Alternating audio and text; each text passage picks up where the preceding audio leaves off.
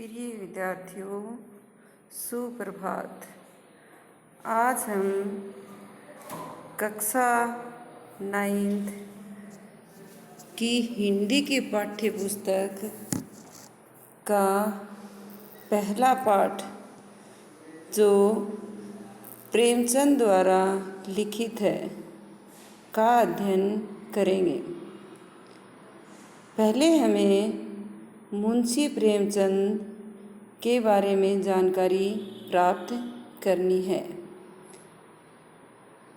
ध्यान दें, प्रेमचंद का जन्म 31 जुलाई 1880 को बनारस शहर से 4 मील दूर लम्ही गांव में हुआ।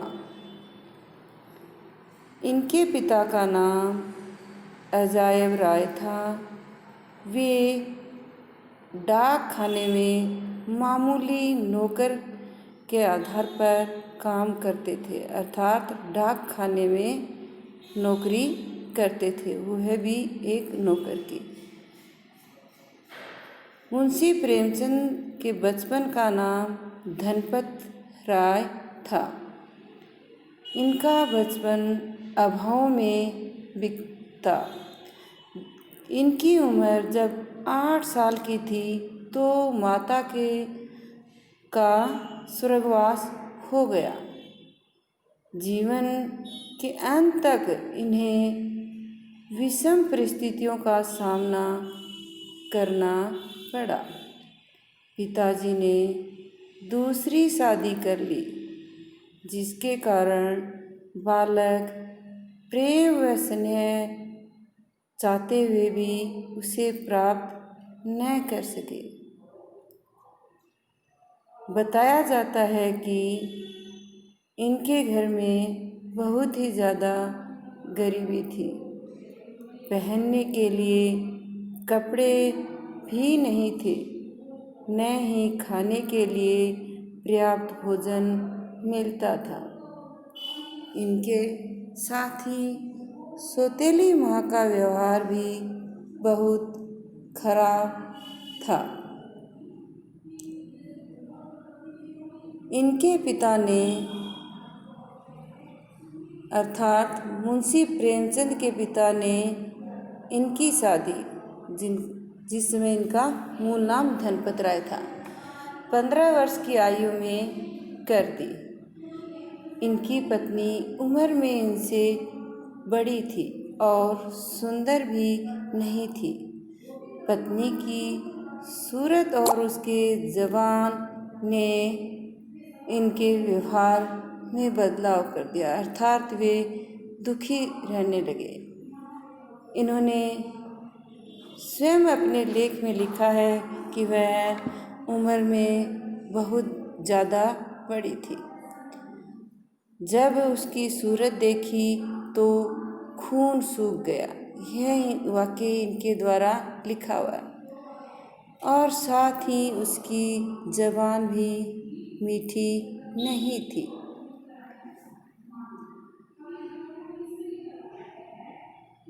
इनके पिताजी को भी बाद में काफ़ी अफसोस हुआ। विवाह के 1 वर्ष बाद ही इनके पिताजी का देहांत हो गया, जिससे अचानक इनके सिर पर घर की जिम्मेदारी आ गई। एक साथ 4-5 लोगों का खर्चा इन्हें सहन करना पड़ता। वे माता, 2 इनके बच्चे, पत्नी और ये स्वयं। आर्थिक विपत्तियों का अनुमान उनकी उस घटना से पता चलता है। इन्होंने बताया कि कोट बेचना पड़ा और इन्हें अपनी पुस्तकें भी बेचनी पड़ी। एक दिन ऐसी हालत हो गई कि ये अपनी सभी पुस्तकें लेकर बुक सेलर के पास पहुंच गए। वहाँ इनके स्कूल के जो हेडमास्टर थे वो मिले और इन्होंने इन्हें स्कूल में अध्यापक नियुक्त किया। प्रेमचंद ने अपनी गरीबी से लड़ते हुए मैट्रिक तक पढ़ाई की। जीवन के आरंभ में अपने गांव से दूर बनारस पढ़ने के लिए नंगे पांव जाया करते थे। पिता का देहांत हो गया। पढ़ने का शौक था। आगे चलकर वकील बनना चाहते थे, मगर गरीबी की वजह से इनकी इच्छा पूर्ण नहीं हुई। स्कूल आने जाने के झंझट से बचने के लिए वकील साहब के यहाँ ट्यूशन पकड़ लिया और उसी के घर एक कमरा लेकर रहने लगे। ट्यूशन का 5 रुपया मिलता था। 5 रुपये में से 3 रुपये घर वालों को और 2 रुपये से अपनी ज़िंदगी की गाड़ी चलाने लगे। इस 2 रुपये से क्या होता? महीने भर तंगी अर्थात अभाव में जीवन बिताना पड़ता। इन्हीं जीवन की प्रतिकूल परिस्थितियों में इन्होंने मैट्रिक पास की। गरीबी, अभाव, शोषण तथा उत्पीड़न जैसी जीवन की प्रतिकूल परिस्थितियां भी प्रेमचंद के साहित्य की ओर उनके झुकाव को रोक न सकी। अर्थात जीवन में प्रतिकूल परिस्थितियां होने पर भी इनकी साहित्य में रुचि रही। प्रेमचंद जब मिडिल में थे तभी से उपन्यास पढ़ना शुरू कर दिया था। आपको बचपन से ही उर्दू आती थी।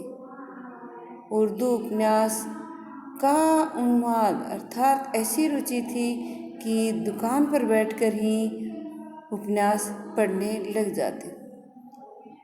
2-3 साल में ही इन्होंने सैकड़ों नोवेल पढ़ लिए थे। बचपन में ही उर्दू के समकालीन उपन्यासकार सरूर, मोलमा शार, रतननाथ सरशार आदि के दीवाने हो गए। जहाँ भी इनकी किताब मिलती उसे पढ़ने का हर संभव प्रयास करते। आपकी रुचि इस बात से साफ झलकती है कि एक किताब को पढ़ने के लिए आपने एक तंबाकू वाले से दोस्ती कर ली और उसकी दुकान पर मौजूद तिलस्मी होशरुबा पढ़ डाली। अंग्रेजी के अपने ज़माने के मशहूर उपन्यासकार रोनाल्ड की किताबों के उर्दू तर्जुमों को आपने काफ़ी कम उम्र में ही पढ़ लिया। इस आधार पर पता चलता है कि इनकी साहित्य, उपन्यास आदि में बहुत रुचि थी। जब ये 13 वर्ष की उम्र के हुए तभी इन्होंने लिखना शुरू कर दिया। शुरू में कुछ नाटक लिखे, फिर उर्दू में उपन्यास लिखना शुरू किया। इस आधार पर इनका साहित्यिक सफ़र शुरू हुआ जो मरते दम तक चला। प्रेमचंद ने अपनी पहली पत्नी की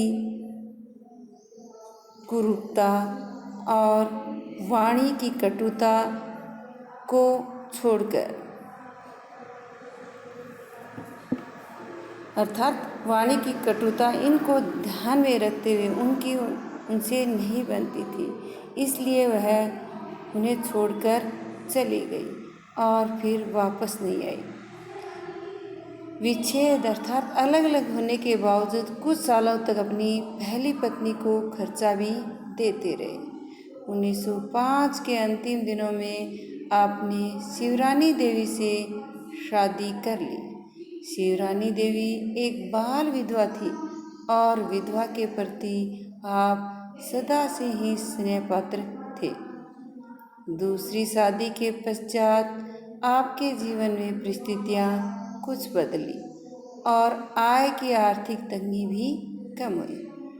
आपके लेखन में अधिक सजगता आई, आपकी पदोन्नति हुई तथा आप स्कूलों के डिप्टी इंस्पेक्टर बना दिए। इसी खुशहाली के ज़माने में आपकी 5 कहानियों का संग्रह सोजे वतन प्रकाश में आया। यह संग्रह काफ़ी मशहूर हुआ।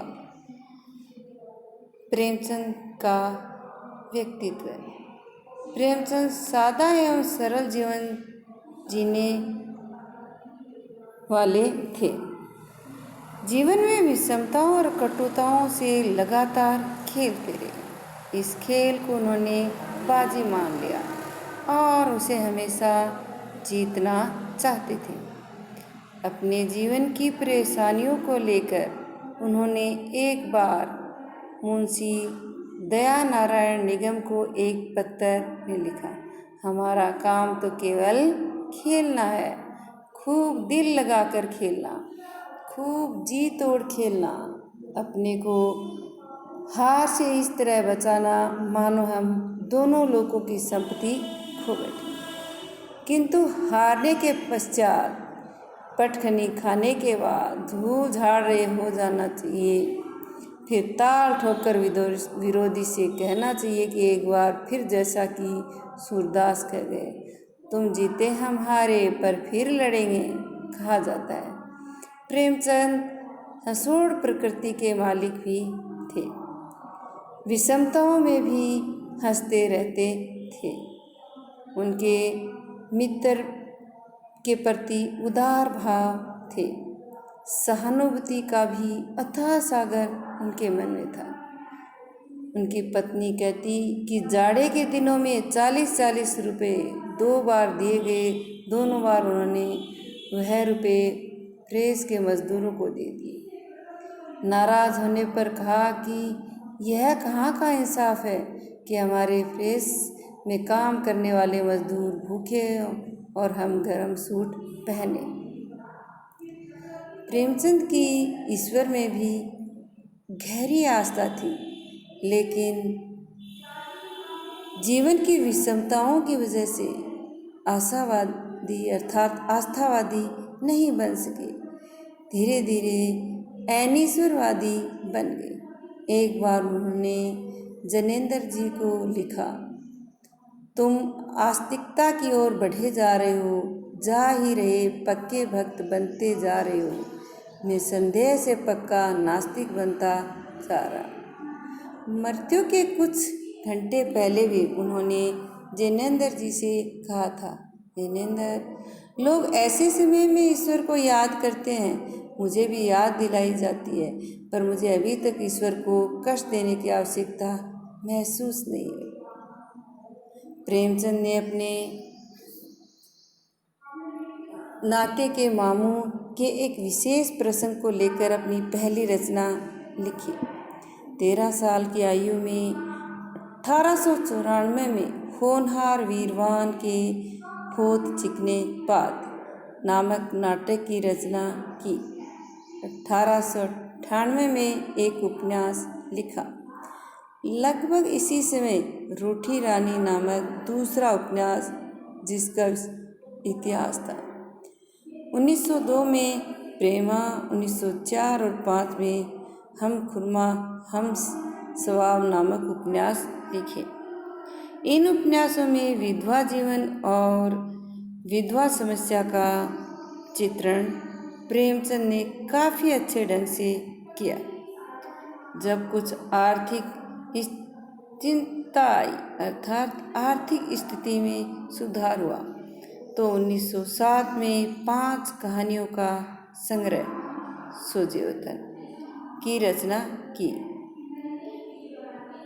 अंग्रेज शासकों को जब इनके इस संग्रह के बारे में पता चला तो उन्होंने कि इसमें बगावत है, तो इन्होंने इसको बंद करवा दिया।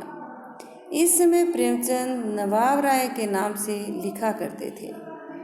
इन्हें पकड़ लिया गया और इनकी जो कृति थी उसे जला दिया गया। बिना आज्ञा न लिखने का इन पर आरोप लगाया गया। इस बंधन से बचने के लिए प्रेमचंद ने दया नारायण निगम को पत्र लिखा और उनको बताया कि वह अब कभी नवाब राय या धनपत राय के नाम से नहीं लिखेंगे। तो मुंशी दयानारायण निगम ने पहली बार प्रेमचंद नाम सुझाया। यहीं से ही इनका नाम धनपत राय से प्रेमचंद हो गया। सेवा सदन, मील मजदूर तथा 1935 में गोदान की रचना की। गोदान आपकी समस्त रचनाओं में सबसे अधिक लोकप्रिय हुई। अपने जीवन के अंतिम दिनों में मंगलसूत्र उपन्यास लिखना प्रारंभ किया। दुर्भाग्यवश मंगलसूत्र को अधूरा ही छोड़ गए। इससे पहले उन्होंने महाजनी और पूंजीवादी युग प्रवृत्ति की निंदा करते हुए महाजनी सभ्यता नाम से एक लेख भी लिखा। 1936 में प्रेमचंद बीमार रहने लगे। अपने इस बीमार काल में ही आपने प्रगतिशील लेखक संघ की स्थापना में सहयोग दिया। आर्थिक कष्टों तथा इलाज ठीक से न कराए जाने के कारण 8 अक्टूबर 1936 को आपका देहांत हो गया। इस तरह यह दीप सदा के लिए बुझ गया, अर्थात इनका देहावसान हो गया। जिसने अपने जीवन की बत्ती के कण को जलाकर हिंदी साहित्य का पथ आलोकित किया। प्रेमचंद की कुछ अन्य रचनाएं हैं। रंगभूमि, कायाकल्प, निरमला, गबन, कर्मभूमि, गोदान, ये इनके उपन्यास हैं। इनके अलावा हंस, जागरण, माधुरी आदि पत्रिकाओं का भी इन्होंने संपादन किया। प्रेमचंद ने निबंध एवं अन्य प्रकार का गद्य लेखन भी बहुत मात्रा में किया। साहित्य को सामाजिक परिवर्तन का मजबूत माध्यम मानते थे। गांव और शहर के परिवेश को देखा और जिया, उसकी अभिव्यक्ति उनकी कथा साहित्य में मिलती है। किसानों और मजदूरों की दयनीय स्थिति, दलितों का शोषण, समाज में स्थिति की दुर्दशा और स्वाधीनता आंदोलन आदि उनकी रचनाओं के मूल विषय।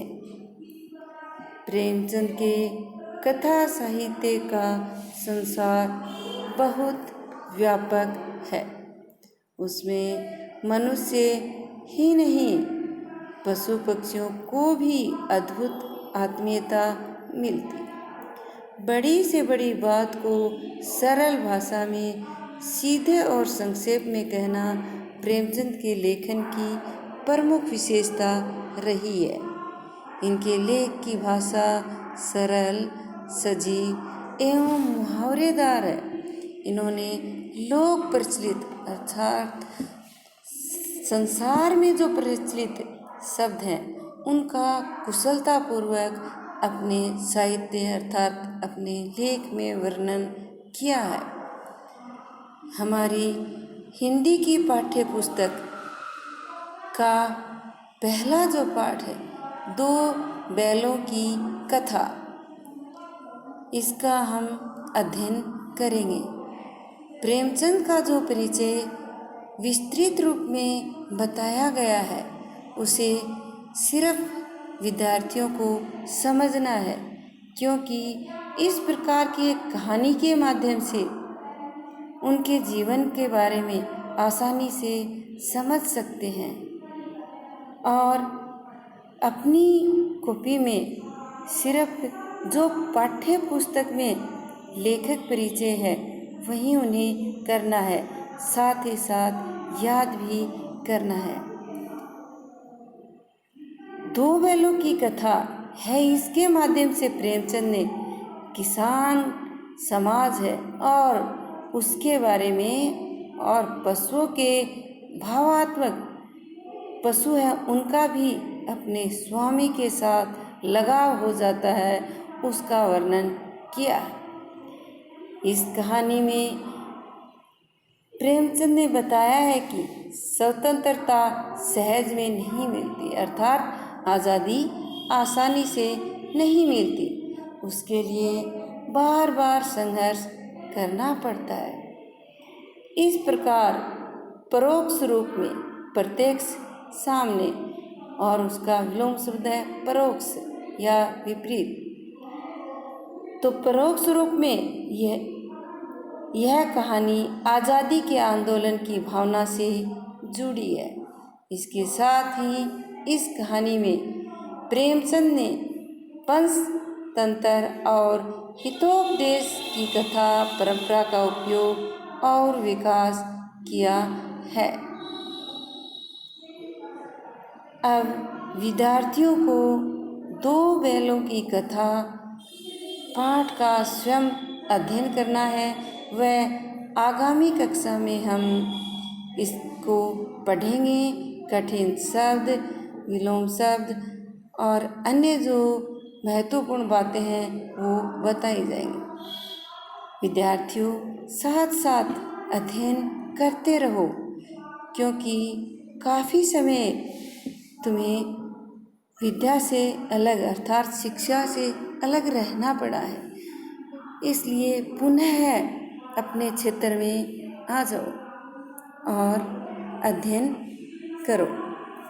जो भी पढ़ाया जाता है उसको मन लगाकर पढ़ने का प्रयास करें। घर पर रहें, सुरक्षित रहें। धन्यवाद।